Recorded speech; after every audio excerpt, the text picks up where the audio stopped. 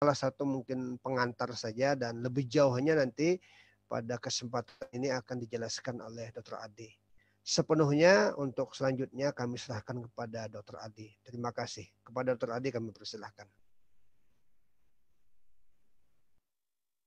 Ya, terima kasih Ustaz Subhan. Bismillahirrahmanirrahim. Assalamualaikum warahmatullahi wabarakatuh. Innal hamdalillah nahmaduhu wa nasta'inuhu wa nastaghfiruh wa na'udzu billahi min sururi anfusina wa min sayyiati a'malina may yahdihillahu fala mudhillalah wa may yudlil fala hadiyalah. Asyhadu an la ilaha illallah wahdahu la syarikalah wa asyhadu anna Muhammadan abduhu wa rasuluh amma ba'du. Bapak-bapak, ibu-ibu semua, pimpinan daerah dan serta warga PDM Kutai Timur yang dirahmati Allah, juga kepada semua audiens yang hadir, bapak-bapak, ibu-ibu. Kalau sekarang mungkin nyebutnya bukan hanya Sangatta ya. Ini salah satu hikmah dari pandemi ini, betapa corona itu membuat katalisator menuju revolusi 4.0 sehingga forum-forum pengajian rutin kita kali ini bisa menembus ruang. Sehingga yang hadir mungkin ada dari Medan, dari Jogja, dari Samarinda. Alhamdulillah kita bisa berkumpul di sini bersilaturahmi dalam majelis ilmu. Insya Allah ke depan saya diminta sama Majelis Tabligh Muhammadiyah untuk urun rembuk lah. Saya tidak pernah tahu siyah kalau di PDM ya. Ini Ustadz semua di depan saya ini, saya harus tahu diri. Saya menyampaikan satu pembahasan yang mudah-mudahan masih relevan dengan kondisi kita saat ini.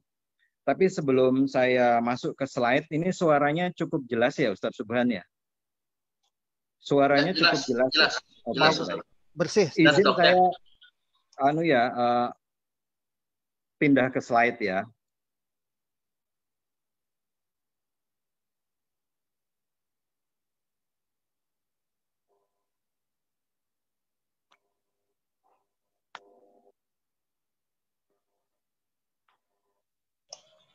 Ya, screen aja.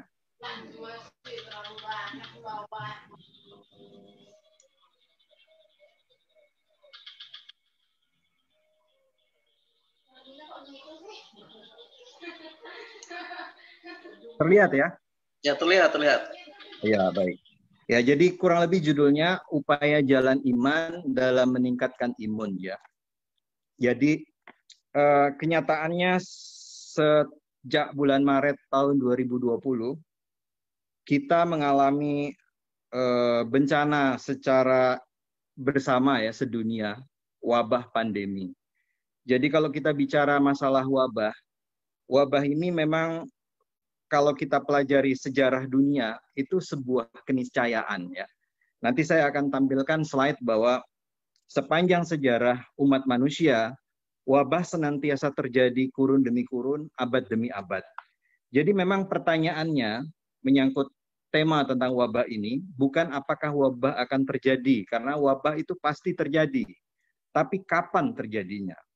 Dan sebetulnya yang lebih penting lagi, seberapa kesiapan kita menghadapinya. Dan umumnya umat manusia tidak siap menghadapi wabah. Karena wabah itu sering datang serta-merta ya, tiba-tiba begitu saja. Kita ingat pada saat-saat awal, betapa hampir nyaris di seluruh penjuru dunia, ya pemimpin-pemimpin dunia itu merespon secara denial ya, menyangkal ya bahwa wabah yang terjadi pertama sekali di Wuhan itu akan sampai di negerinya. Dan saya masih ingat dulu bagaimana Amerika sendiri ya, yang disebut sebagai negara adidaya, superpower, itu saat-saat pertama menghadapi wabah, petugas kesehatannya itu menggunakan jas hujan sebagai APD. Saking tidak siapnya ya. Ini sekedar ilustrasi saja ya, bahwa pandemi ini berlangsung kurun demi kurun, abad demi abad, sejak era sebelum Masehi sampai sekarang ya. Ada beberapa pandemi yang mungkin menjadi catatan memori penting bagi kita yang menimbulkan korban yang cukup dahsyat ya. Di antaranya ini wabah Black Death ya. Itu menimbulkan kematian sampai 200 juta penduduk dunia. Ini katanya 50% dari penduduk Eropa itu hilang. Kemudian dulu cacar itu juga pernah mematikan. 56 juta penduduk dunia itu pernah meninggal dunia akibat cacar. Kalau sekarang cacar itu tidak mematikan, ini adalah salah satu peran dari penemuan vaksin ya. Nah, kalau kita melihat wabah ya, kemudian kita melakukan refleksi spiritual terhadap wabah yang kita hadapi, maka ada beberapa simulasi kemungkinan ya yang bisa kita tadaburi. Yang pertama, bisa jadi wabah yang hadir ke negeri kita itu sebagai ujian, bisa jadi itu juga sebuah peringatan, atau bisa jadi juga hukuman. Dan yang menarik ya, nanti kalau kita ada satu dalil di dalam sebuah hadis, malah bisa menjadi sebuah rahmat. Tentunya ini menjadi refleksi bersama bagi kita ya. Dan apapun itu, sebagai orang beriman, ala kulli hal, kita bisa menyikapi dan memaknai semua peristiwa sebenarnya secara positif ya. Ketika diberi kenikmatan, kita bersyukur. Ketika diberi permasalahan, ketika diberi ujian, saatnya kita bersabar. Jadi seluruh permasalahan orang beriman itu menakjubkan, kata Nabi. Karena seluruhnya baik, seluruhnya positif. Kalau seandainya wabah ini ujian, semoga ini menjadi wahana bagi kita untuk sarana meningkatkan kemampuan kita. Karena orang baru teruji levelnya kalau tingkat levelnya kalau dia melalui proses ujian tentunya. Kalau ini peringatan, mudah-mudahan ini menjadi penyadaran bagi kita umat manusia terhadap kesalahan-kesalahan yang mungkin kita lakukan selama ini. Kalau toh wabah ini sebagai hukuman, maka secara spiritual wabah ini bisa menjadi kisos ya, pembersih bagi dosa-dosa yang telah kita lakukan. Nah, bagaimana kita memahami wabah sebagai rahmat? Ada satu hadis yang menarik, saya bacakan saja ya, secara verbatim. Ini hadis yang kedua. Zaman dulu, ta'un ini wabah ya, adalah siksa yang dikirimkan Allah kepada siapa saja yang dikehendaki olehnya. Tetapi Allah menjadikannya sebagai rahmat bagi orang beriman. Tiada seorang hamba yang sedang tertimpa ta'un, kemudian menahan diri di negerinya dengan bersabar, seraya menyadari bahwa ta'un tidak akan mengenainya, selain karena telah menjadi ketentuan Allah untuknya, niscaya ia akan memperoleh ganjaran seperti pahala orang yang mati syahid. Ya, kita menyaksikan pada akhir-akhir ini sangat banyak di antara saudara-saudara kita yang gugur ya, terkena ta'un, terkena wabah ini. Banyak di antaranya orang-orang soleh, orang-orang baik ya. Kemarin itu IDI merilis momentum saat kematian 100 orang dokter ya. Di situ banyak sekali guru-guru kami, sahabat-sahabat kami yang ya saya pribadi mengerti bagaimana profil pribadinya, bagaimana perannya dalam kehidupan sehari-hari, kontribusinya di masyarakat. Insya Allah mereka itu sebagian besar adalah orang-orang yang soleh ya. Dan orang yang meninggal dunia karena ta'un, karena wabah, di dalam hadis, dia meninggal dalam keadaan syahid. Terkena ta'un saja syahid, apalagi kalau orang itu berjuang untuk menghadapi dan menjadi solusi bagi wabah ya. Jadi ikut terjun ke lapangan, khususnya bagi tenaga medis yang sekarang menjadi garda terakhir ya. Saya mungkin mau mengintrodusir istilah bukan garda depan ya, tapi garda terakhir. Kami itu garda terakhir. Karena garda depan itu kita semua. Jadi wabah ini harus melibatkan partisipasi dari seluruh segmen masyarakat, dari seluruh setiap diri kita. Nah, karena ini kita bicaranya perspektif keimanan, saya ingin menukil beberapa peristiwa yang pernah terjadi di masa kekhalifahan Islam ya. Jadi ini timelinenya bukan sejarah dunia, tapi kita ambil screenshot di masa periode kekhalifahan Islam. Ternyata wabah juga terjadi. Bukan berarti ketika masa pemerintahan kekhalifahan tidak terjadi peristiwa bencana atau musibah wabah ya. Bahkan wabah itu begitu banyak terjadi. Saya mengambil 3 event besar saja ini ya, sebagai sebuah catatan pengingat dan mengambil sedikit iktibar dari peristiwa-peristiwa ini ya. Yang pertama itu yang monumental terjadi di masa kekhalifahan Umar bin Khattab ya, khalifah kedua radhiyallahu an. Pernah terjadi wabah amwas, penyakit pes. Ini terjadinya di Syam, Syria sekarang ya. Daerah sekitar Syria, Yordania, Palestina itu dulu masuk kawasan Syam. Dan Syam ini dulu menjadi salah satu satelit dari negaranya, bukan negara ya, wilayahnya Romawi ya, sebelum ditaklukkan. Jadi penyakit pes ini pun dibawa oleh orang-orang Roma ceritanya.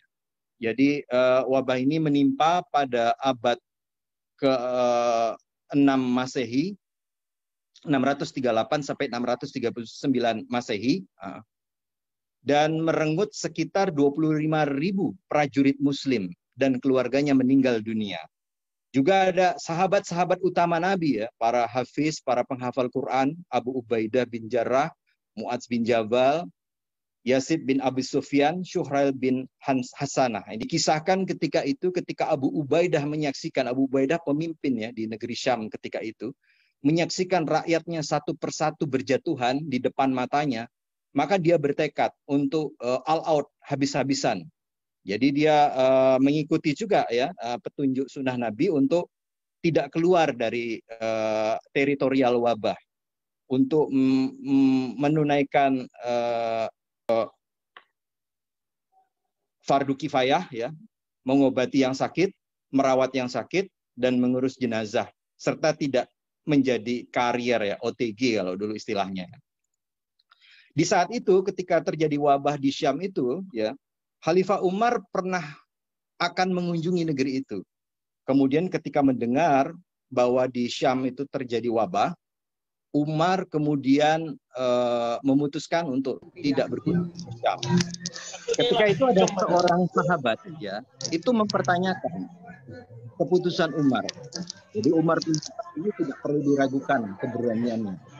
Beliau adalah jenderal perang yang terjun langsung di medan-medan peperangan di front terdepan ya. Seorang khalifah yang menaklukkan Mesir dan Persia. Inilah jawaban Umar yang terkenal ketika itu. Kita lari dari takdir Allah ke takdir Allah yang lain. Seraya menjelaskan pilihan seorang Umar mengilustrasikan ibarat seorang pengembala yang memindahkan kambingnya dari lembah yang tandus ke lembah yang hijau. Jadi memilih takdir Allah yang lain, lari dari takdir Allah yang lain. Jadi perintah untuk tidak masuk ke wilayah wabah dan perintah untuk tidak keluar bagi yang sudah di dalam untuk tidak keluar dari wilayah wabah ya, prinsip karantina dan isolasi itu sudah diterapkan di zaman Rasulullah dan itu memang perintah Rasulullah ya. Di hadis tadi ya, saya kembali ke belakang ya. Ini yang saya garis merah ya. Ada kalimat menahan diri di negerinya dengan bersabar. Jadi ini isolasi diri ya kalau bahasa sekarang ya. Nah, wabah kedua yang besar ya, itu pernah terjadi di masa kekhalifahan Turki Utsmani. Ini udah dekat periodenya dengan waktu kita ya. Itu berlangsung bahkan 15 tahun. Lagi-lagi ini dibawa sama Black Death ini tadi yang saya ilustrasikan di depan yang menyapu 50% dari penduduk Eropa ya. 2/3 penduduk Eropa katanya dikabarkan meninggal dunia. Nanti bapak-bapak, ibu-ibu jamaah sekalian bisa googling ya detailnya seperti apa. Kemudian pada abad 19 cacar itu dulu smallpox itu membunuh ya. Itu terjadi juga di masa kekhalifahan Turki ya. Jadi prinsip penting ya yang diajarkan oleh agama kita, karantina dan isolasi itu berakar dari ajaran agama kita. Jadi Rasulullah mengatakan taun atau wabah penyakit menular adalah satu peringatan dari Allah Subhanahu wa taala untuk menguji hamba-hambanya dari kalangan manusia. Maka apabila kamu mendengar penyakit itu berjangkit di suatu negeri, janganlah kamu masuk negeri itu. Dan apabila wabah itu berjangkit ke negeri tempat kamu berada, jangan pula kamu lari daripadanya. Di hadis lain, Nabi mengatakan, janganlah yang sakit dicampur dengan yang sehat. Jadi ada prinsip penting dari ajaran Islam, karantina dan isolasi itu berakar dari ajaran agama kita. Saya ingin sedikit kita coba melihat ilustrasi gambar ini ya. Apa yang menarik dari gambar yang terjadi pada ibadah haji tahun ini? Ya tentunya haji pada tahun ini sangat berbeda dengan haji-haji sebelumnya ya. Kalau haji sebelumnya itu 3 juta lebih umat manusia itu bisa tumplek di Masjidil Haram, itu bisa dilihat di gambar yang sebelah kanan ya. Sampai tidak ada space di sebelah kanan dan kiri, kita bisa tabrakan dengan bahu orang di sebelah kanan kiri kita. Semakin ke tengah itu semakin rapat ya suasananya.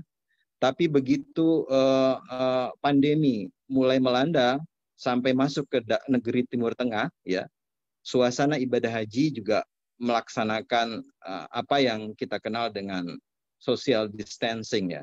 Jadi gambar ini menarik karena saya mensyukuri bahwa ulama-ulama Saudi ya itu sangat mengapresiasi saran dari dunia medis ya.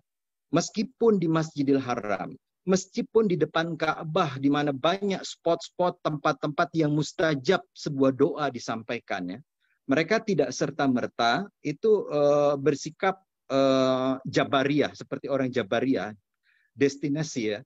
Apa artinya? Ya kalau memang Allah berkehendak, ya sudah, pokoknya kita berangkat haji saja. Pokoknya pasrah bongkokan lah istilah orang sekarang. Mereka mendengar saran dan advice dari dunia sains, dari dunia medis khususnya ya, untuk menyikapi ikhtiar apa yang terbaik dalam menghadapi masa seperti pandemi ini.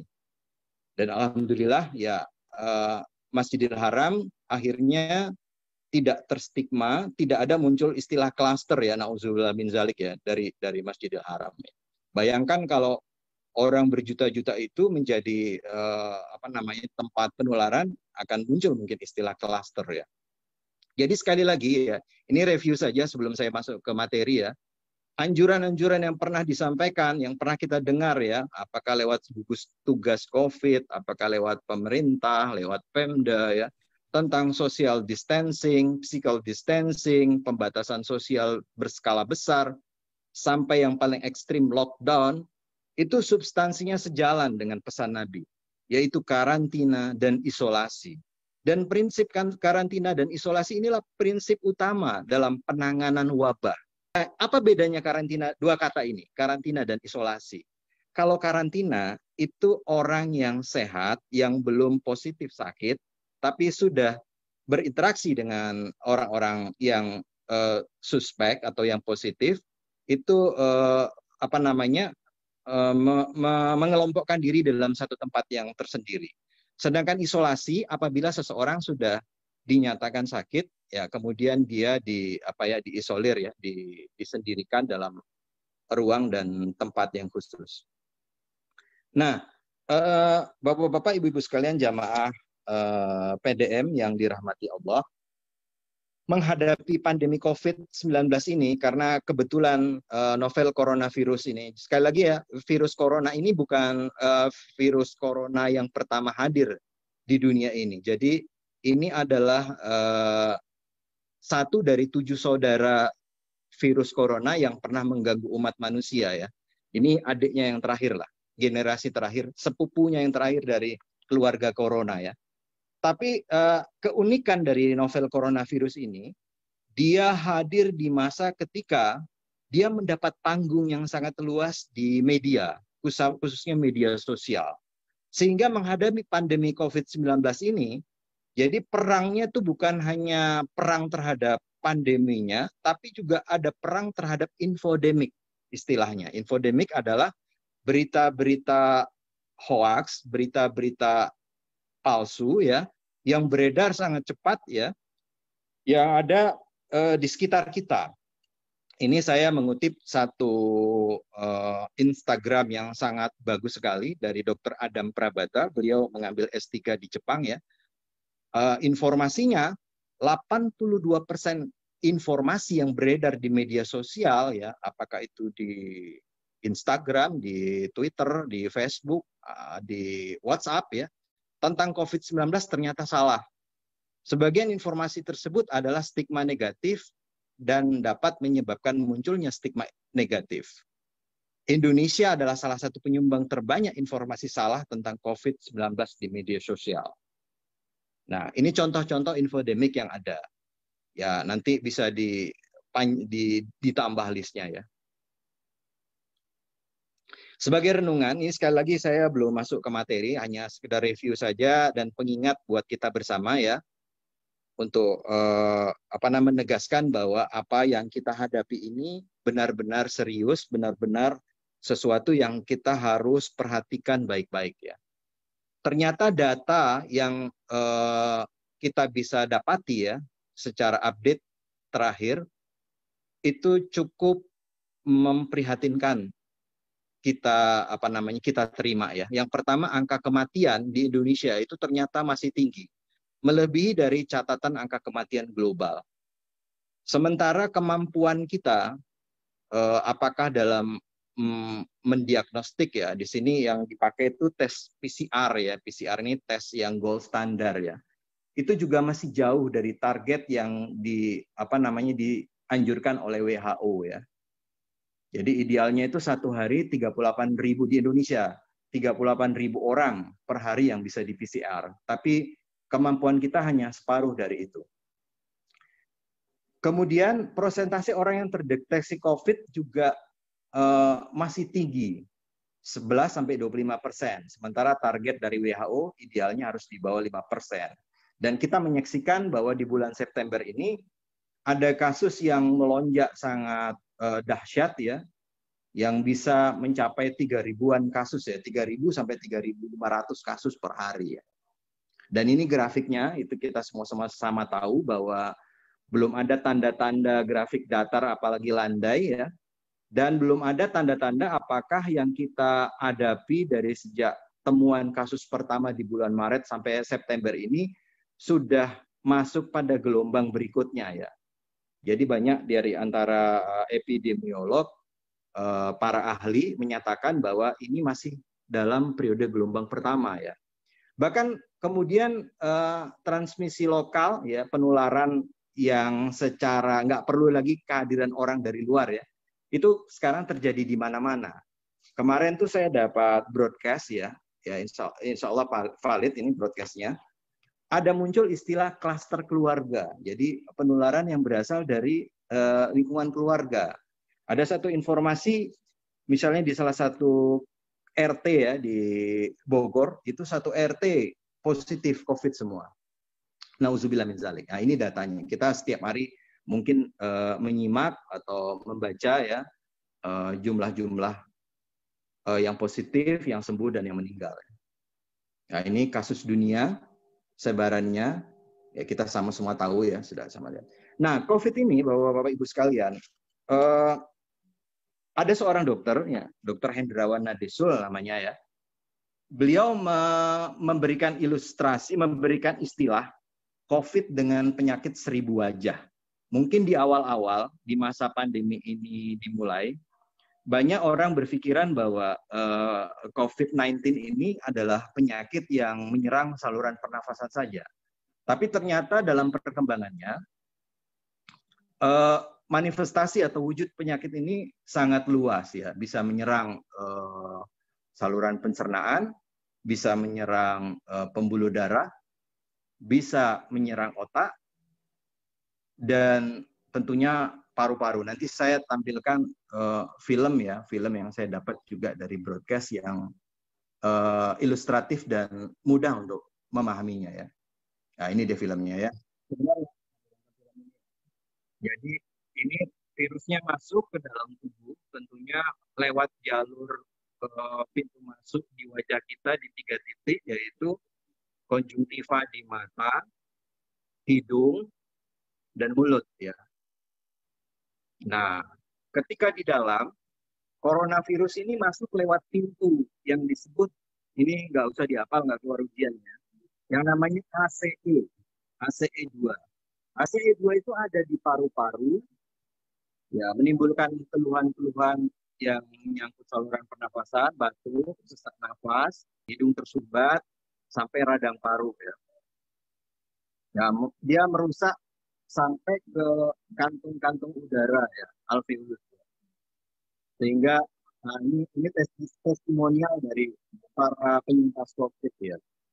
Sehingga perlu bantuan, pada beberapa kasus perlu bantuan alat bantu nafas, ya, ventilator. Dan beberapa pasien itu merespon penyakit ini secara sangat berlebihan. Nanti ada istilah badai sitokin, ya, di mana respon dari perlawanan sistem imunitas ini malah menimbulkan efek yang lebih berbahaya ketimbang si coronavirusnya itu sendiri. Ya. Virus corona ternyata juga bisa menimbulkan kerusakan otak, bisa memicu terjadinya stroke, bisa mengganggu pembuluh darah, ya, embolus, ya.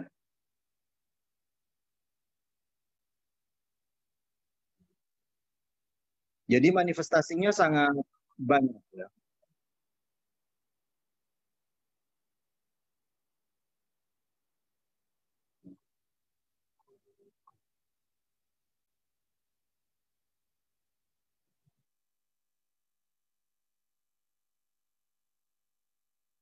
Ya, terutama yang paling rawan adalah mereka-mereka yang memiliki penyakit penyerta, ya, atau diistilahkan dengan comorbid faktor.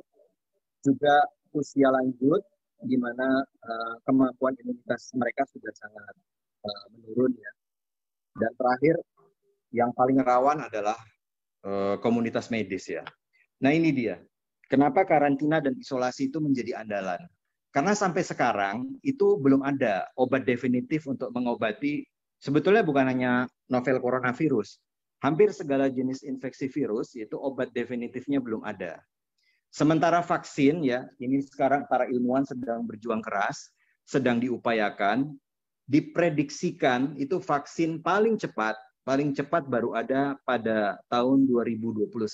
Yang sekarang ada itu baru kandidat vaksin, ya. Masih dalam proses uji klinis tahap ketiga kalau di Indonesia, ya.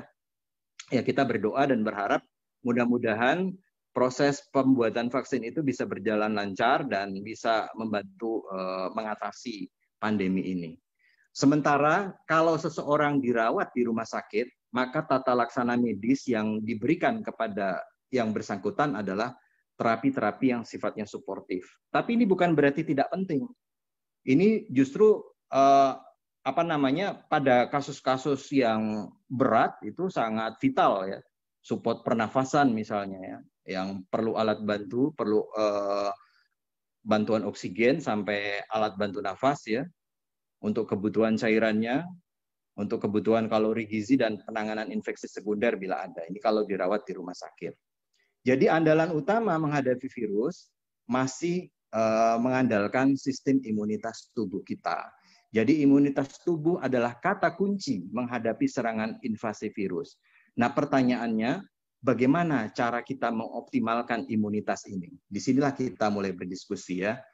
Jadi meningkatkan sistem imunitas itu ada dua caranya. Yang pertama secara eksternal, yang kedua secara internal. Yang secara eksternal lewat cara vaksinasi, ya. Tapi sampai sekarang, ya, seperti yang saya sampaikan tadi, belum ada vaksin yang diproduksi, ya. Yang baru ada adalah kandidat vaksin yang tengah menjalani uji klinis, ya. Vaksin ini bekerja untuk memancing imunitas tubuh, ya. Jadi virus yang sudah tidak berbahaya, yang bahas dalam tanda kutip dilemahkan, ya, diberikan ke tubuh kita sehingga tubuh kita berespon terhadap antigen sehingga terbentuk antibodi yang spesifik untuk melawan virus yang ada. Sedangkan meningkatkan sistem imunitas jalur kedua secara internal yaitu memperbaiki pola hidup. Ya, dalam konteks kajian pada malam hari ini kita coba sama-sama menggali apa saja yang ada dalam ajaran agama kita ya, kontribusi apa yang bisa kira-kira kita amalkan, kita fahami, kita tadaburi dalam konteks peningkatan imunitas dan juga menghindari penyakit infeksi. Karena semua wabah itu dasarnya adalah penyakit infeksi, infeksi virus dan bakteri ya, yang bisa menyebabkan wabah. Nah, yang pertama, Bapak-bapak, Ibu-ibu yang dirahmati Allah, yang pertama adalah memelihara kebersihan. Kalau dalam idiom ilmu kesehatan, ada semboyan kebersihan pangkal dari kesehatan, maka di dalam agama kita ada idiom yang lebih tinggi nilainya. An-nazafatu minal iman. Kebersihan adalah bagian daripada keimanan. Dengan idiom itu, ini bukan hadis ya, tapi hikmah dari perkataan para ulama yang kemudian sangat populer sekali di dunia Islam ya. Yang dengan idiom itu seolah-olah memberikan makna kepada kita, kalau seseorang tidak bersih dalam kehidupannya, bersih secara lahiriah, bersih dirinya, bersih pakaiannya, bersih lingkungannya, maka seolah-olah keimanannya itu tidak sempurna ya. Ada sebuah hadis ya, yang kalau kita amalkannya, ini tampaknya sangat relevan dengan kondisi kita saat ini. Ternyata ya, kalau kita mencoba mentadaburi hadis ini, kalau kita bangun dari tidur kita, ya tentunya kita ketika bangun mengucapkan doa hamdalah, kita bersyukur masih diberi kesempatan oleh Allah Subhanahu wa taala menikmati hidup ya, mengumpulkan amal kebajikan. Tapi ternyata aktivitas pertama sekali yang dilakukan adalah mencuci kedua telapak tangan. Bayangkan ini ajaran 1400 tahun yang lalu. Jika salah seorang dari kalian bangun dari tidurnya, hendaklah ia membasuh kedua telapak tangannya sebelum memasukkan dalam bejana air wudhunya. Sebab salah seorang dari kalian tidak mengetahui di mana tangannya bermalam. Nah, persoalan cuci tangan, kalau kita mencoba melihat fakta sejarah, ini bukan persoalan yang kalau sekarang mungkin kita anggap sepele ya, tapi peristiwa cuci tangan ini menjadi sebuah aktivitas yang dianggap penting dan prinsipil, itu dilewati dengan cara berdarah-darah ya, dalam tanda kutip berdarah-darah ya. Jadi di dalam sejarah dunia medis ya, dunia kedokteran, dokter yang pertama sekali yang mempopulerkan dan menganjurkan cuci tangan khususnya bagi petugas medis itu namanya Dr. Ignaz Philipp Semmelweis. Dia hidup di abad ke-19, dokter di Eropa, di Hungaria.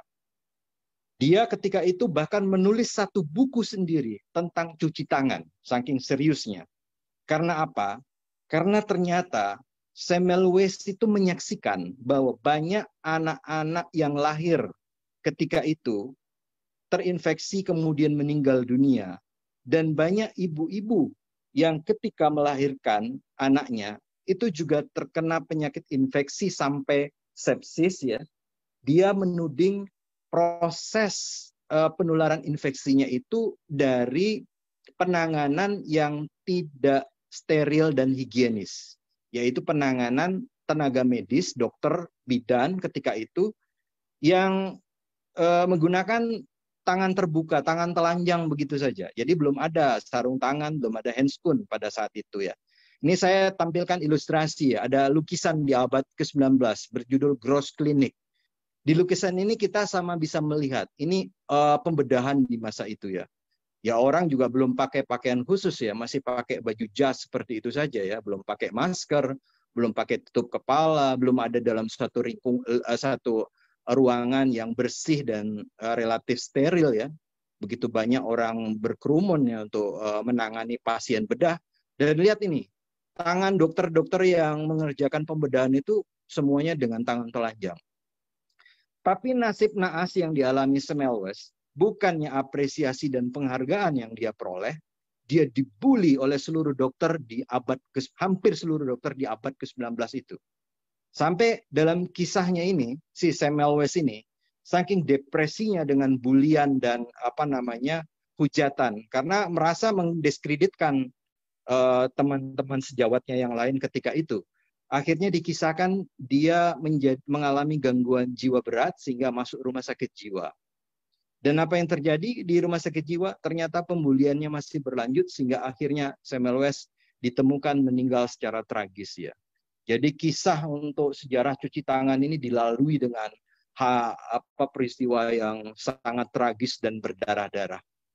Sampai suatu ketika pada 15 Oktober 2008 WHO memberikan waktu hari khusus ya, monumental.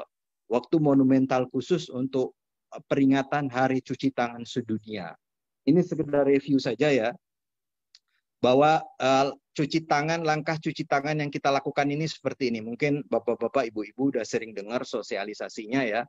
Ini sangat penting kita lakukan di masa pandemi ini. Anjuran cuci tangan itu menjadi pilar penting ya. Jadi cuci tangan tidak perlu dengan alkohol atau dengan obat-obat antiseptik seperti hand sanitizer ya. Cukup dengan air mengalir dibilas dengan sabun apa saja selama 40-60 detik. Penggunaan hand sanitizer hanya dipergunakan kalau air tidak ada ya. Itu sekedar tips ya.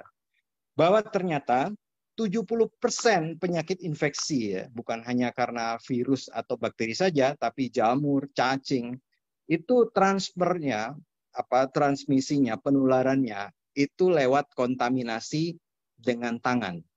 Jadi tidak ada ceritanya virus tiba-tiba terbang ya ke hidung kita, terbang ke mata kita ya, atau bakteri meloncat ya, kecuali diperantarai salah satunya dengan kontak tangan.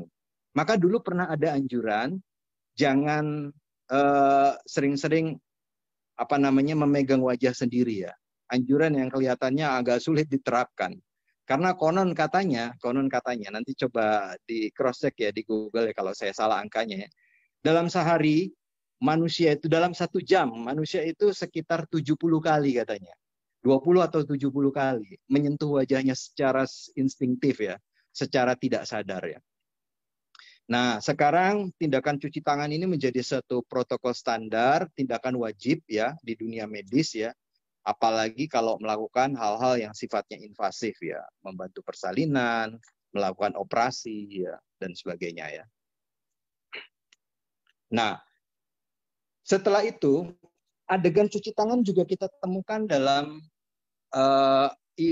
atraksi wudhu tentunya ya. Nah, wudhu ini menjadi juga relevan dilakukan di masa pandemi ya. Banyak guru-guru kita, ustadz-ustadz kita, ulama-ulama kita ya, memberikan tips ya, tips komplementer ya, tips alternatif ya, untuk melakukan wudhu sesering mungkin di masa pandemi.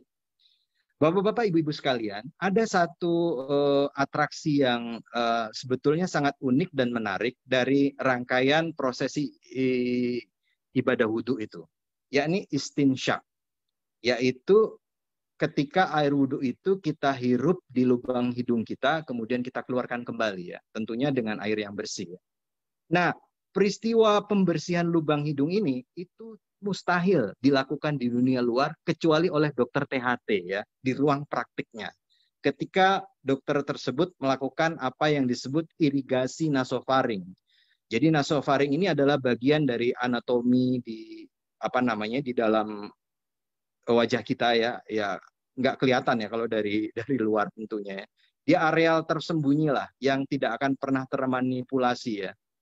Bayangkan bahwa udara itu lalu lintas masuk di hidung kita ya secara terbuka, apapun bisa masuk, polutan, iritan, hingga virus dan kuman-kuman lain tentunya bisa masuk ke dalam lubang hidung kita secara bebas. Jadi peristiwa pembersihan ini sangat penting untuk memelihara, menjaga kebersihan areal wilayah hidung dan khususnya nasofaring yang tersembunyi tersebut ya.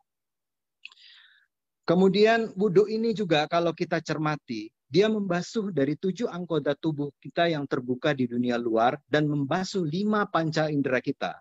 Penglihatan kita dibasuh, pendengaran kita, telinga kita dibasuh ya, telinga bagian luar, penghidu. Penghidu ini penting karena salah satu dari tanda yang agak khas di dalam penyakit COVID-19 ini yang sekarang dikenal dengan istilah anosmia ya. Jadi kalau misalnya ada seseorang, ya jangan kita lah, jangan orang-orang di sekitar. Orang-orang yang di sekitar kita ya, yang kita kenal, mengeluhkan anosmia, itu sebaiknya penyakit dalam atau dokter spesialis paru ya. Anosmia itu adalah hilangnya kemampuan menghidu ya. Jadi aroma membaui atau mencium sekitarnya itu menjadi hilang ya. Ya, membasuh penghidu, membasuh lidah, perasa, dan kulit sentuhan. Ada 5 panca indera yang dibasuh ketika kita melakukan wudhu. Dan itu minimal kita laksanakan minimal 5 kali sehari. Kalau kita ingat itibar satu kisah ya yang pernah dialami oleh salah satu sahabat Nabi yang utama, Bilal bin Rabah radhiyallahu anhu. Jadi Rasulullah Shallallahu Alaihi Wasallam itu suatu ketika pernah mengatakan, ya Bilal, apa amalan yang engkau lakukan? Kenapa aku mendengar terumpah kakimu di surga, kata Nabi. Ketika itu Bilal menjawab, ya, tidak ada amalan, kurang lebihnya ya, tidak ada amalan yang paling aku senangi, kecuali kalau aku batal, aku berwudu, kemudian aku sholat 2 rakaat untuknya. Jadi Bilal adalah sahabat Nabi yang sangat menjaga wudunya ya. Dan tubuh manusia itu di permukaannya adalah tempat hunian dari berbagai ekosistem mikroorganisme ya. Sebagian darinya bersifat oportunistik ya, bisa menyimpang. Ya. Nanti saya tunjukin pakai ilustrasi saja. Nah, di dalam agama kita ini kalau bicara soal kebersihan tuh sangat cerewet lah. Kalau kita belajar ilmu fikih, maka chapter pertama atau bab pertama yang kita temui adalah bab taharah, bab tentang kebersihan. Dan spektrum pengkajian tentang taharah di dalam agama kita itu sangat lengkap sekali. Mulai dari menghindari najis, najis pun diklasifikasi, ada najis ringan, sedang, berat ya. Mulai diajari mandi. Mandi ini juga masalah yang prinsip. Jangan dikira bahwa umat manusia kalau nggak disuruh mandi akan mandi ya. Eropa di abad pertengahan itu tidak pernah mandi. Jadi mandi itu hanya hal yang mewah bagi bangsawan-bangsawan di sana ya. Mereka baru kenal budaya mandi, budaya wangi-wangian, budaya sabun itu ketika mengalami interaksi khususnya ya.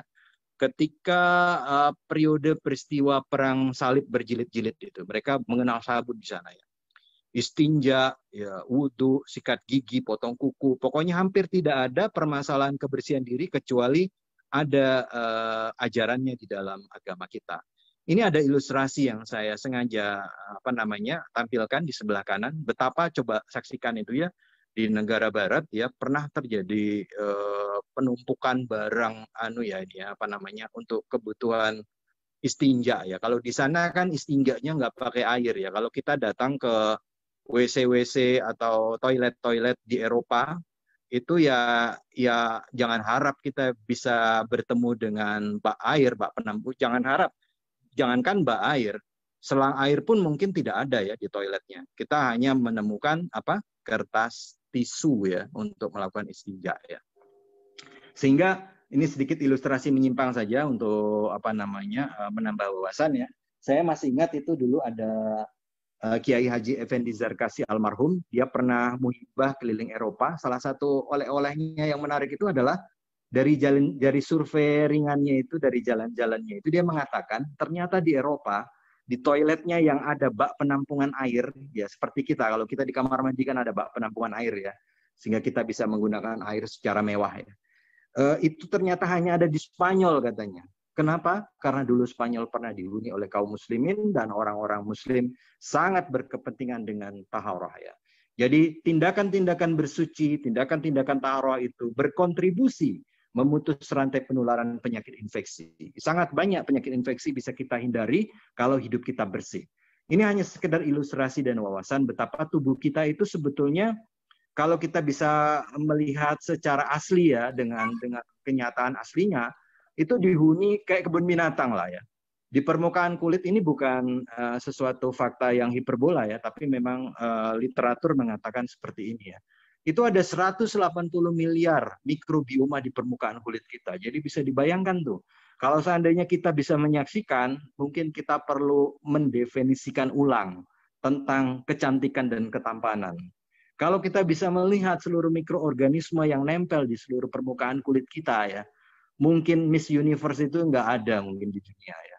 Ini di karang gigi kita itu ada 1 triliun mikrobioma. Mikrobioma itu adalah mikroorganisme yang tinggal secara komensal di dalam diri kita ya. Di antara mereka itu juga ada yang sifatnya bermanfaat ya, berguna ya. Jadi tidak semua mikrobiom ini sekedar numpang saja, tapi ada yang malah mutualisme ya, simbiosisnya sifatnya mutualisme, yang khususnya yang berada di usus kita ya. Ada 40 miliar katanya di usus halus, 38 triliun di usus besar. Bahkan dikatakan ya, jumlah mikrobioma, jumlah mikroorganisme yang numpang hidup di diri kita itu 5 kali lebih banyak dari jumlah sel-sel tubuh kita sendiri. Jadi ternyata kita adalah satu kesatuan hidup organisme ekosistem tersendiri ya, yang melibatkan sangat banyak ya mikroorganisme kemanapun kita pergi. Yang ngikutin kita tuh bukan korin saja, bukan rokib dan atid saja, tapi miliaran, triliunan ya mikroorganisme ya, bakteri terutama ya, dan virus ya. Innallaha yuhibbut tawwabina wa yuhibbunal mutatahhirin. Sungguhnya Allah senang kepada orang yang bertobat dan senang kepada yang membersihkan diri. Taubat tentunya menghasilkan kesehatan jiwa, kesehatan spiritual, kebersihan lahiriah menghasilkan kesehatan fisik jasmani. Itu untuk kebersihan. Kemudian kontribusi kedua dalam ajaran agama kita dalam rangka meningkatkan status imunitas ya dan mencegah infeksi ya adalah tata kelola soal makanan. Lagi-lagi agama kita mungkin boleh dikatakan ya adalah ajaran yang paling cerewet dalam tanda kutip menyangkut soal makanannya. Kita meskipun bisa makan apa saja, tapi kita hanya dianjurkan mengkonsumsi apa yang halal dan thayyib ya. Halal adalah sesuatu makanan yang sah secara hukum fikih, dan yang diharamkan itu tidak lebih banyak daripada yang dihalalkan ya. Sedikit saja sebetulnya yang diharamkan itu dari daftar jumlah makanan yang ada. Sedangkan yang thayyib, kalau kita mencoba membuka tafsir-tafsir dan menerjemahkannya secara bebas ya, adalah sesuatu yang baik, yang proporsional sesuai dengan kondisi orang yang mengkonsumsi dan tentunya memenuhi kaedah higienis dan standar gizi. Karena makanan ini penting, karena makanan adalah sesuatu yang ada dalam kendali kita. Dan makananlah yang menjadi bahan dan unsur yang akan membangun sistem imunitas di dalam tubuh kita ya. Saya tidak bosan-bosannya menukil hadis ini ya dalam setiap kesempatan yang ada. Bahwa Nabi mengatakan bahwa perumpamaan orang beriman itu laksana lebah, kamasalin nahal. Bila ia makan, maka ia makan yang baik. Bila ia jatuh atas yang baik. Lebah itu kalau kita perhatikan dia sangat selektif terhadap makanan. Dia tidak memilih makanan yang sembarangan, dia hanya memilih nektar, sari bunga. Dan kelak, karena dia selektif terhadap konsumsinya, maka outcome-nya, produknya terhadap kehidupan, kontribusinya juga adalah kemanfaatan. Lebah menghasilkan propolis, menghasilkan madu yang sangat bermanfaat ya buat umat manusia ya. Nah, Bapak-bapak, Ibu-ibu sekalian, di zaman pandemi ini ada satu anjuran ketahanan pangannya. Kita harus siap-siap menghadapi situasi yang mungkin akan prolong time. Jadi kita tidak tahu ya, nanti ada satu slide khusus, satu pertanyaan besar, kapan corona ini berakhir? Yang tentunya kita tidak punya jawaban definitif tentang itu ya. Tapi ada anjuran yang sangat baik ya untuk melakukan ketahanan pangan di rumah kita masing-masing ya. Sepetak lahan yang kita miliki, pot-pot yang kita punya, coba kita bertanam apa-apa yang mungkin bisa kita tumbuhkan secara organik dari lingkungan di sekitar rumah kita ya. Apalagi kata Kus Plus itu kan tanah ini tanah surga, tongkat dan kayu saja jadi tanaman ya. Cuma iseng-iseng aja mungkin ibu kita di rumah, istri kita di rumah nyapu-nyapu lantai begitu, buang sisa dari produk di dapur, seminggu kemudian bisa tumbuh cabai, bisa tumbuh tomat ya. Kenapa enggak kita coba tradisikan untuk membuat taman-taman kita menjadi tumbuh-tumbuhan yang bermanfaat ya. Ini seluruh tumbuh-tumbuhan yang berasal dari buah-buahan dan sayur-sayuran itu sangat kaya terhadap vitamin, terhadap zat-zat yang kemudian disebut imunomodulator ya, antioksidan dan sebagainya. Dan khususnya kesehatan itu tidak dibangun di restoran, tapi berawal dari dapur. Oleh karena itu, kontribusi dan peran seorang ibu di rumah itu sangat besar terhadap penyelamatan generasi masa depan. Sebab dari dapurlah seorang ibu itu membangun bunker pertahanan kesehatan bagi anak dan keluarganya di rumah dengan melindunginya dari penyakit jantung koroner, melindunginya dari stroke, dari hipertensi, dari diabetes mellitus, dari kanker. Dengan apa? Dengan mengolah makanan secara alami dan bervariasi ya. Apalagi negeri kita itu kaya dengan bumbu-bumbuan. Ya, banyak sekali sekarang kajian-kajian bahwa bumbu-bumbu yang biasa kita jadikan suplemen terhadap bahan makanan seperti jahe, kunir, kunyit itu sangat berperan dalam proses perbaikan imunitas ya. Jadi zat-zat itu disebut imunomodulator ya, yang membangun imunitas tubuh ya. Saya rasa nggak ada salahnya saya juga kilas balik mereview ya, karena masih bercerita soal makanan ya. Dahulu sekali ketika wabah ini berawal pada Desember 2019 ya, di pasar Wuhan, yang pertama sekali disorot adalah penjualan hewan liar yang berlangsung di pasar tersebut ya.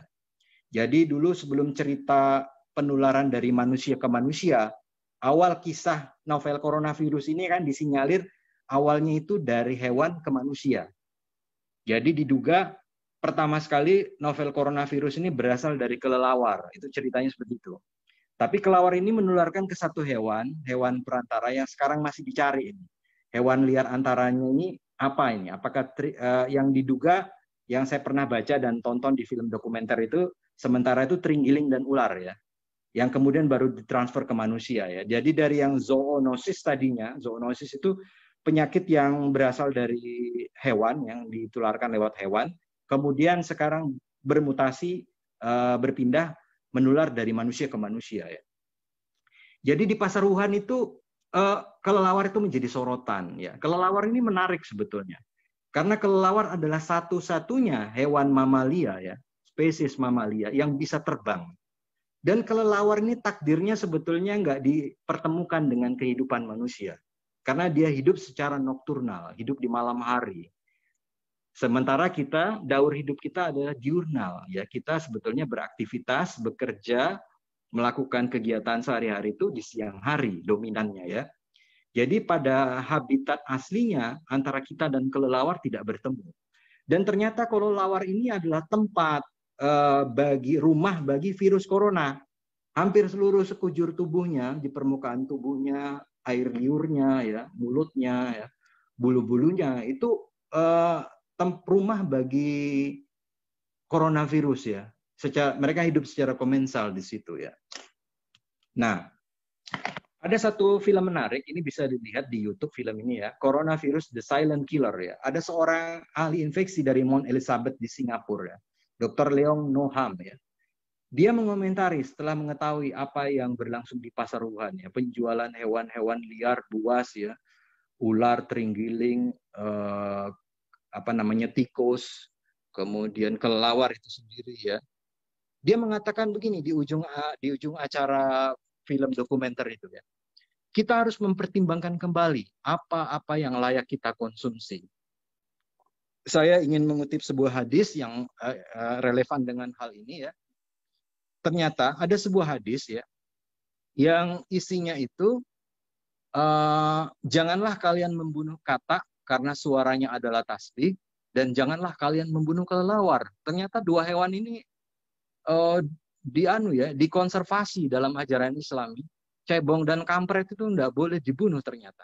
Berarti kan kalau kita mencoba mentadaburi ya, apalagi dimakan, sedangkan dibunuh saja tidak boleh. Karena mungkin salah satu hikmahnya di kelelawar itulah ya coronavirus itu berkembang biak hidup. Nah, di antara bab soal makanan, pengaturan makanan, ada hal yang sangat sentral dalam ibadah kita yang sungguhnya sangat relevan dengan peningkatan imunitas yang tadi sudah disampaikan oleh Ustadz Subhan di kata pengantar tadi ya, yaitu ibadah puasa ya. Bapak-bapak, ibu-ibu, jamaah sekalian yang dirahmati Allah ya, kalau kita itu mengkonsumsi makanan secara berlebih-lebihan ya, intake-nya, asupannya berlebih-lebihan, maka pada ujungnya makanan-makanan itu akan meninggalkan residu sampah-sampah metabolik di dalam diri kita ya.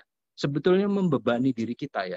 Dengan kita makan secara berlebihan, makan sampai kenyang, apalagi kekenyangan ya. Jadi protein-protein hasil metabolisme yang rusak itu akan tertimbun di dalam sel-sel kita.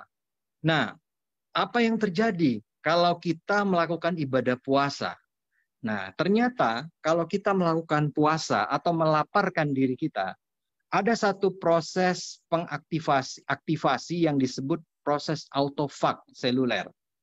Jadi proses ini terjadi muncul ketika kita berada dalam kondisi lapar ya. Jadi ada satu organela, ada satu organ di dalam sel kita yang namanya vakuol. Dia kemudian mencerna, menghancurkan, melumatkan dari sisa-sisa sampah seluler yang tersisa di sel-sel tersebut ya. Ada yang menyebut sel-sel zombie ya, sampah-sampah seluler itu. Nah, di antara protein-protein yang sudah tidak dipergunakan, yang terdepo, yang menjadi sampah tadi, dalam tanda kutip sebetulnya, di dalam alam ciptaan Tuhan tidak ada sampah sih ya. Konsep sampah itu konsep budaya manusia. Tapi katakanlah terdepo ya, tertimbun ya, secara tidak bermanfaat di dalam, itu akhirnya didaur ulang kembali, diresintesis kembali. Nah, setelah diresintesis kembali, maka protein-protein sampah itu dipakai untuk komponen-komponen yang bermanfaat bagi tubuh kita. Ini mekanisme autofagi ini menyebabkan seorang ilmuwan di Jepang ya, namanya Profesor Yoshinori Ohsumi. Nanti bisa lihat nih di YouTube filmnya ya. Dia mendapat hadiah Nobel ya karena mengamati peristiwa autofagi ini. Dan autofagi itu baru muncul kalau kita melaparkan diri atau ya pakai dalam bahasa ibadah kita kalau kita berpuasa. Maka dari itu kalau kita berpuasa hendaklah kita berpuasa dengan secara baik ya. Jangan seperti kata orang Jawa bilang poso kampret ya. Siangnya puasa, setelah berbuka pesta pora ya. Ya, kelelawar kan di malam hari dia pesta pora ya, di siang hari dia berpuasa. Ya, ketika kita berbuka juga kita berbuka dengan makanan yang secukupnya dan seperlunya, sebutuhnya ya. Ini ada tautan sekedar bukti saja bahwa ada penelitian yang menyebutkan bahwa orang yang berpuasa 3 hari dapat memperbaiki sistem imunitas di dalam tubuhnya ya. Salah satunya lewat mekanisme autofagi tadi ya. Nah, selain itu puasa, ini penelitian yang menarik juga dari puasa, itu mengaktifasi satu gen di organela, tadi organela vakuol ya. Ini di organela pusat pernafasannya sel, namanya mitokondria, yang nggak usah dihafal, sekedar tahu aja. Nah, terbangkitkan gen sirtuin ya, sirtuin 1 dan sirtuin 3. Apa dampaknya kalau sirtuin ini terbangkitkan? Ya, sirtuin ini ternyata satu hormon yang istimewa. Kalau dia muncul, dia bisa menekan proses radang dan dia membangkitkan kemampuan tubuh untuk regenerasi dan juga memperbaiki sistem imunitas. Ya, orang-orang yang centenarian ya, berumur 100 tahun ya. Salah satu cirinya gen sirtuinnya ini tinggi dan kadar HDL-nya itu tinggi ya. Ada 2 ciri ciri metabolik yang menonjol pada komunitas-komunitas centenarian, orang-orang yang berhasil mencapai gelas umur sampai 100 tahun ya. Nah, bagi kita tentunya untuk soal tune up mesin metabolisme atau refresh regenerasi ini ada paket-paket yang disediakan. Bukan hanya 3 hari saja menurut penelitian tadi ya. Ada ritme tahunan, kita bisa, ya tentunya pasti kita jalani ya, puasa Ramadan. Tapi yang mau melakukan secara rutin, ada paket bulanan, ada paket mingguan, dan ada yang paling the best-nya adalah paket harian ya. Kalau paket bulanan kita bisa melaksanakan Ayyamul Bid, puasa Ayyamul Bid itu kita jalani pada tanggal 13, 14, 15 Hijriah. Ini sangat mirip sekali ya dengan penelitian fasting for 3 days ini ya. Puasa selama 3 hari ya, Ayyamul Bid ya, 3 hari dalam sebulan. Atau kalau kita mampu, kita melakukan puasa Senin Kamis, ya saya rasa juga bapak-bapak, ibu-ibu di sini banyak yang melaksanakan ibadah puasa ini. Dan Ustadz Subhan tadi ya, summu tasihu, berpuasalah maka kamu sehat. Nggak ada ceritanya orang sakit apalagi meninggal karena puasa, itu tidak pernah ada ya. Kalau mau yang terbaiknya adalah puasa Daud ya, sehari puasa, sehari enggak. Ada ritme tahunan, ada ritme bulanan, ada ritme mingguan, ada ritme harian. Kemudian yang keempat ya, tadi kebersihan, yang kedua makanan, yang ketiga puasa, yang keempat tentunya aktivitas ya. Untuk memperbaiki imunitas kita harus melakukan aktivitas ya. Kalau ada anjuran diam di rumah saja, itu bukan berarti harus menjadi baring-baring begitu saja ya. Bukan jadi istilahnya mager, tapi tentunya kita harus tetap menjaga physical fitness kita, menjaga aktivitas fisik jasmani kita. Tentunya sholat ya, yang secara rutin kita jalani, karena sholat itu ada dimensi pergerakan fisik ya. Dia menjaga bioritme kita ya, ada waktu-waktu yang harus dijalani, yang dipatuhi dalam pelaksanaan ibadah sholat. Dia adalah refresh secara jasmani, secara psikis dan secara spiritual ya. Saya nulis dalam buku saya, bahasa saya, sholat itu adalah olah rasa, olah rasio, sekaligus bernilai olahraga. Tapi tentunya sholat saja harus juga kita kita lengkapi dengan olahraga-olahraga ringan ya. Yang dianjurkan itu jalan cepat, jogging, ya, senam, kalau bisa berenang, ya itu sangat baik untuk menjaga stamina dan status imunitas kita. Juga aksi-aksi sosial. Silaturahmi seperti ini itu sangat penting ya. Kita harus menjaga ya jalinan silaturahmi di antara handai tolan, saudara, sahabat, teman-teman kita ya. Bahwa kontribusi kemanfaatan baik tenaga, pikiran, finansial ya, ternyata itu juga berimbas terhadap kesehatan lahiriah fisik kita ya. Ini ada satu penelitian. Ini saya tampilkan karena ini penelitian ini katanya sudah mendapat sertifikasi WHO dan sudah ada bukunya juga. Diangkat dari disertasi seorang doktor S3, beliau adalah sarjana IAIN ya, S1-nya, kemudian ambil S3 di Fakultas Kedokteran UNAIR, dan dalam disertasinya itu beliau meneliti apa efek salat tahajud ya, secara bebasnya nih ya, apa efek salat tahajud terhadap status imunitas tubuh manusia. Jadi dicek imunoglobulin M, G, dan A, dan limfositnya ya. Ternyata setelah dia mengamati santri-santri di pesantren Hidayatullah itu, orang-orang yang melakukan secara reguler, teratur, sholat tahajud, ternyata kadar kortisolnya itu rendah. Ya, kortisol itu adalah hormon stres yang apabila cukup banyak beredar di dalam tubuh, sistem imunitas kita ikut tertekan. Ini salah satu buku yang recommended untuk dibaca ya menurut saya ya, terapi sholat tahajud. Ya baik sekali kalau misalnya di masa pandemi ini kita juga bisa menambah, ada ibadah-ibadah nafilah bagi kita ya, apakah sholat duha, paling bagus lagi sholat tahajud tentunya ya. Ya saat ada anjuran physical distancing, menjaga jarak secara sosial, maka saatnya kita memperkuat spiritual connecting. Saat seluruh pintu-pintu di dunia semakin berjarak, semakin menjauh, kenapa kita tidak mencoba mengetuk pintu-pintu langit yang senantiasa terbuka kepada kita? Nah, yang berikutnya adalah tentunya doa. Di dalam agama kita, doa adalah senjatanya dari orang-orang beriman. Ya. Ada berbagai hadis Nabi yang mungkin bisa relevan ya dengan konteks pandemi ini sebagai sebuah amunisi, sebuah persenjataan yang bisa kita amalkan ya. Misalnya ada sebuah hadis ya, kalau seseorang membaca Bismillahilladzi la yadurru ma'asmihi syai'un fil ardi wala fis sama'i wa huwas samiul alim, maka orang itu akan terlindung dari malapetaka, bencana dan musibah sepanjang hari. Ini adalah doa perlindungan pagi dan petang. Sangat baik mungkin untuk bisa kita dawamkan doa ini. Doanya yang cukup sederhana, tidak berat-berat. Kalau mau dihafal juga nggak panjang kalimatnya. Di dalam hadis lain Nabi mengatakan, ucapkanlah 3 kul ya. Kul huwallahu ahad, kul a'udzu birabbil falaq dan surat An-Nas ketika sore dan pagi sebanyak 3 kali, maka surat tersebut akan melindungimu dari segala mara bahaya.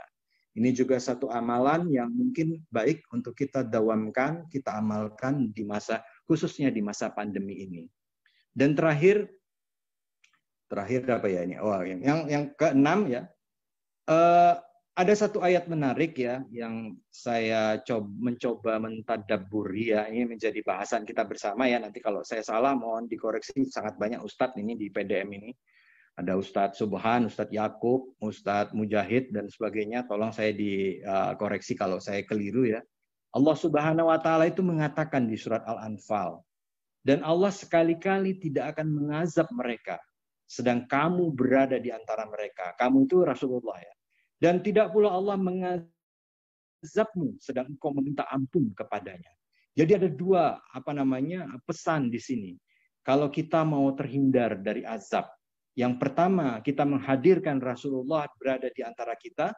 Yang kedua, kita senantiasa beristighfar. Bagaimana kita bisa menghadirkan Rasulullah di antara kita? Tentu tidak secara fisik jasmani, karena Rasulullah ya sudah tidak ada. Sudah meninggal 1400 tahun yang silam ya. Tentunya salah satu di antara makna yang mungkin bisa kita tadabburi menghadirkan Rasulullah itu adalah kita membiasakan berselawat kepada beliau. Salawat ini adalah salah satu amalan yang unik dan istimewa di dalam agama kita.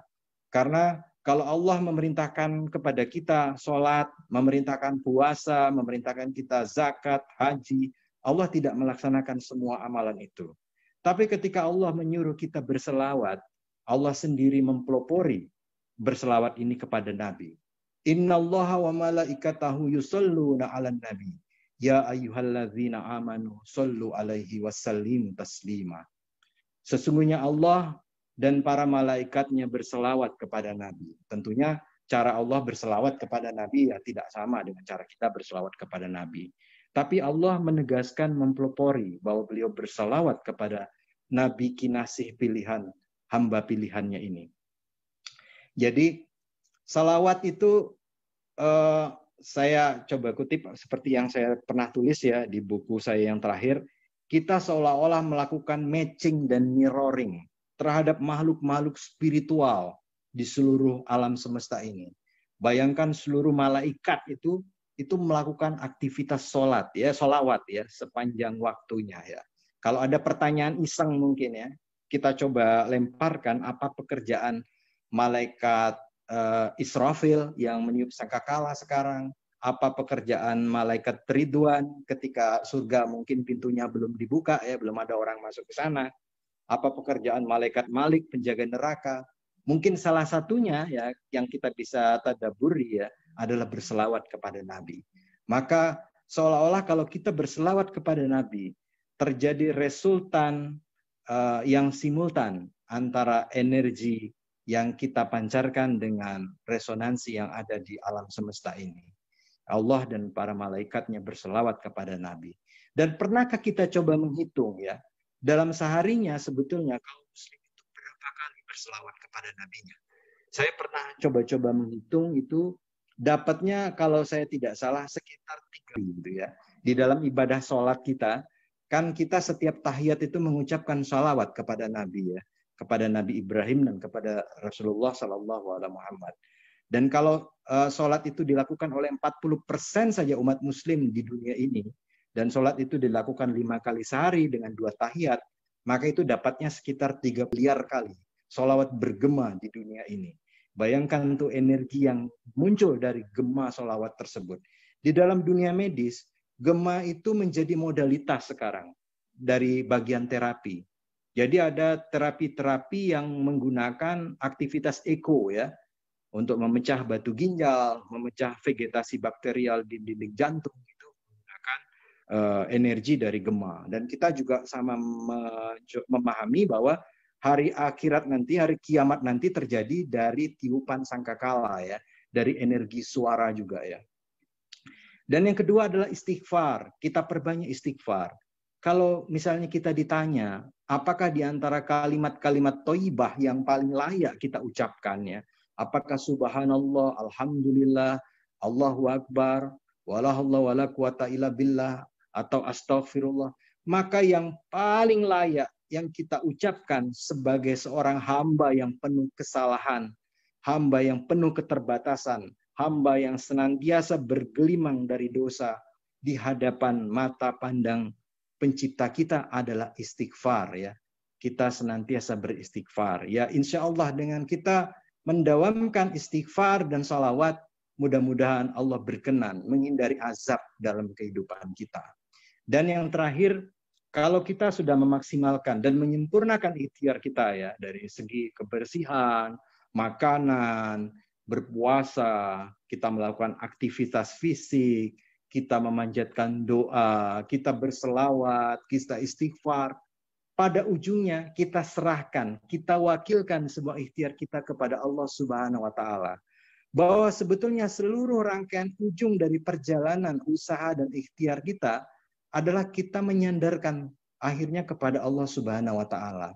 Allah adalah Al-Hafiz yang menjaga kita, Al-Muqit yang memelihara kita, Al-Wali yang melindungi kita, Al-Malik yang menguasai hidup mati kita, Al-Aziz yang maha berkuasa kepada seluruh nasib kehidupan kita.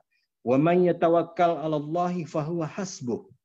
Barang siapa yang bertawakal kepada Allah, niscaya Allah akan mencukupkan keperluannya. Tadi Ustadz Subhan juga menukil satu ayat ya. Ala bidzikrillahi tatma'innul qulub. Sesungguhnya dengan berzikir kepada Allah, dengan mengingat Allah, maka hati menjadi tenang ya. Wa iza maridtu fahuwa yasfin. Dan apabila aku sakit, dialah yang menyembuhkan aku. Inilah prinsip di dalam agama kita, bahwa kesembuhan itu sebenarnya adalah atas kemurahan dan anugerah dari Allah Subhanahu wa taala. Kesembuhan tidak pernah datang dari manusia. Kesembuhan bukan datang dari rumah sakit, dari obat, dari dokter, dari upaya-upaya yang dilakukan diikhtiari oleh manusia.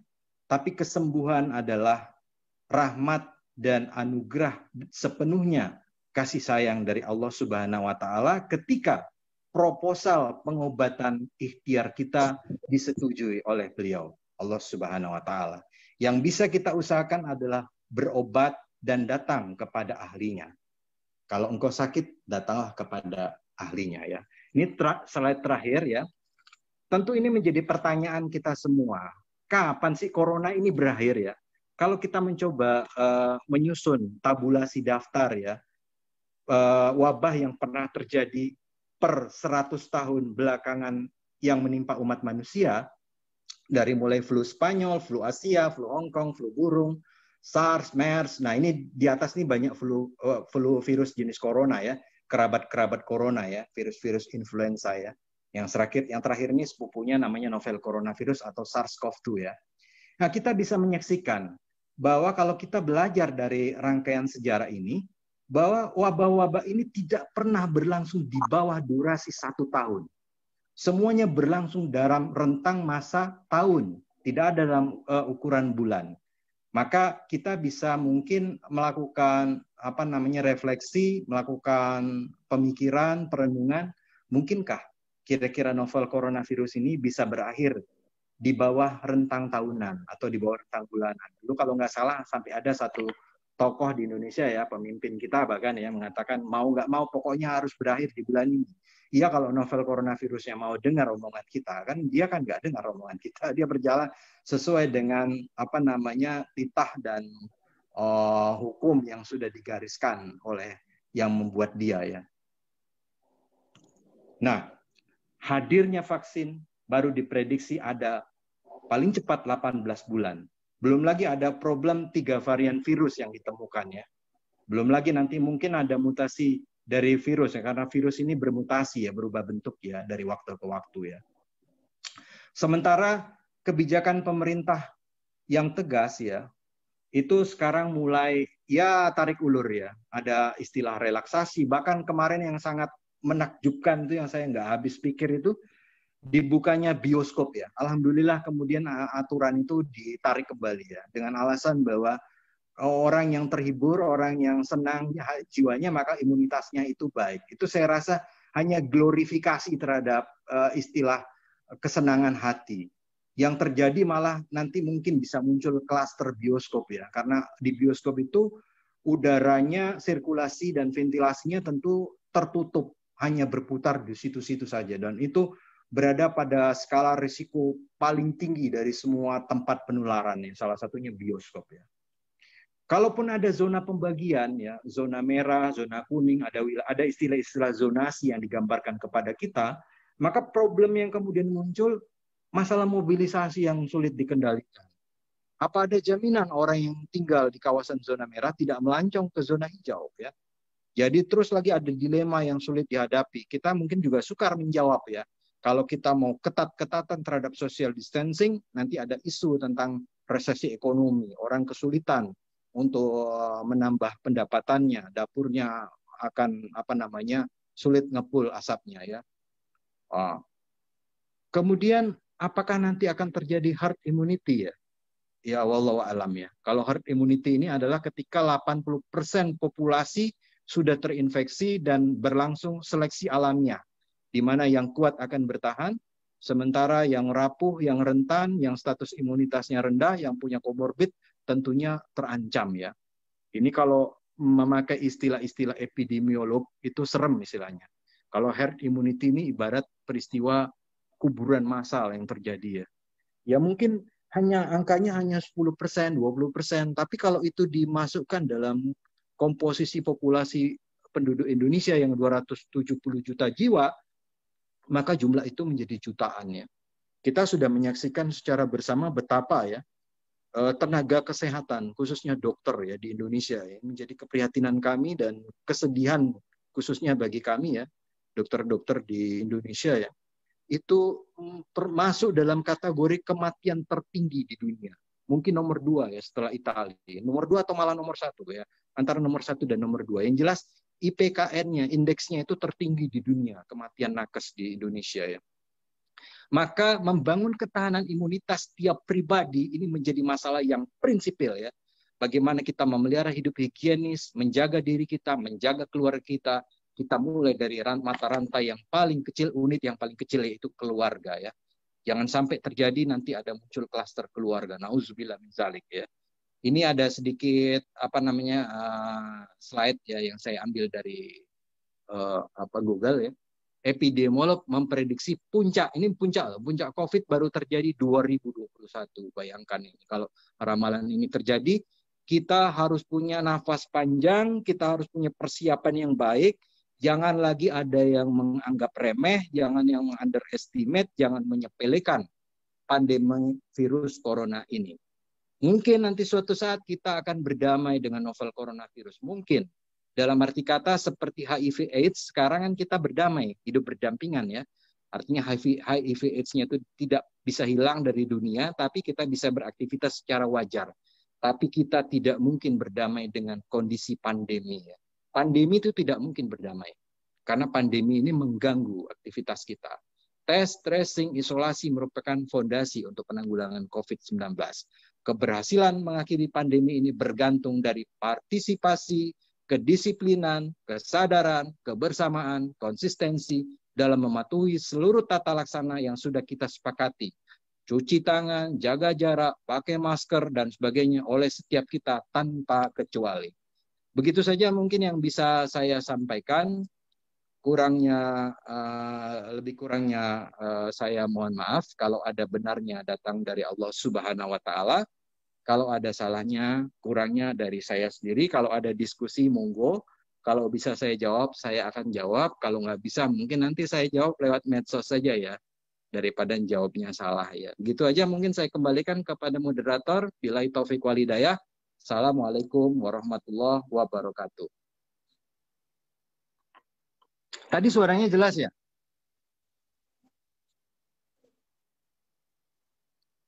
Jelas sekali, jelas, jelas. Jelas dok, jelas. Iya. Ya. Jelas, insya Allah. Baik, terima kasih. Ini bagus sekali nih, pengikutnya banyak sekali. Saya selaku moderator mencatat nih, Dokter Ade, ada 2 orang dokter yang berpartisipasi pada malam hari ini. Oh banyak ternyata, banyak teman saya. Nanti saya todong mereka suruh bicara. Ada Dokter Aktivian Hidayat. Oh ya, Dokter Evi, ya. Ya, ini dari Rumah Sakit Angkatan Udara ini. Ya, ya. Suami beliau Angkatan Udara, ya. Radiologis Angkatan Udara, ya. Satunya tadi ada dokter lagi tadi. Ada Dokter Yanuar Aji itu. Coba nanti ditanya itu, dia juga dokter anak yang berhadapan dengan COVID. Iya. Saya pikir pengajian malam hari ini luar biasa. Tadi saya hanya mengantarkan bahwa sesungguhnya manfaat dari penguatan spiritual termasuk perilaku-perilaku yang disampaikan ini dengan membaca sholawat, istighfar, berpuasa, sholat tahajud dan sebagainya, itu adalah lebih diperjelas lagi oleh Dokter Ade. Jadi saya pikir saya memberi kesempatan kepada teman-teman ini, masih ada waktu, kita sampai jam 10 lah ya. Tinggal 5 menit lagi. Ya, yang pengen bertanya atau pengen menanggapi, silahkan. Kira-kira ada nggak nih? Mungkin kasih kesempatan ya kepada saya minta Dokter Arlin lah menyampaikan, atau Dokter Yanuar Aji. Itu saya lihat ada nama Yanuar Aji, dokter anak beliau. Ada Dokter Arlin, ini penyakit dalam ya. Ya, silahkan ini. Komentar atau apa gitu ya, sepatah 2 patah kata. Dokter Yanuar Aji mungkin ya. Ya, ayo, silakan Dokter Yanuar Aji itu. Halo, Dokter Yanuar Aji, atau mungkin dokter yang lainnya. Ini ada Pak Dokter Nur Hayati juga ada itu, Dokter Nur Hayati. Beliau dosen di UMY Jogja. Silakan, di antara dokter-dokter ada yang mau komentar?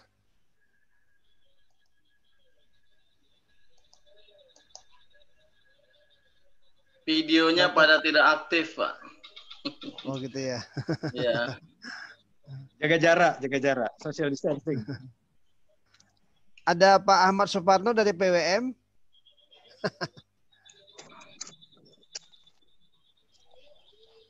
Kan pukul 10 sudah. Dan Dokter Ade takutnya ini ada kegiatan operasi meskipun sudah malam, tapi biasanya kalau ada panggilan mendadak ya ini kita tidak bisa memperpanjang. Dan atas nama pimpinan daerah melalui Majelis Tablik mengucapkan terima kasih atas kesediaannya mengisi pengajian yang sangat luar biasa pada hari ini, dan kita mendapat wawasan yang luar biasa. Sekali lagi kami atas nama pimpinan daerah dan Majelis Tablik mengucapkan terima kasih yang sebesar-besarnya. Mudah-mudahan ini menjadi amal ladang ibadah bagi Dr. Adi dan keluarga. Amin. Mari kita tutup pengajian pada malam ini dengan sama-sama membaca hamdalah. Alhamdulillahirabbil alamin. Assalamualaikum warahmatullahi wabarakatuh. Waalaikumsalam warahmatullahi wabarakatuh.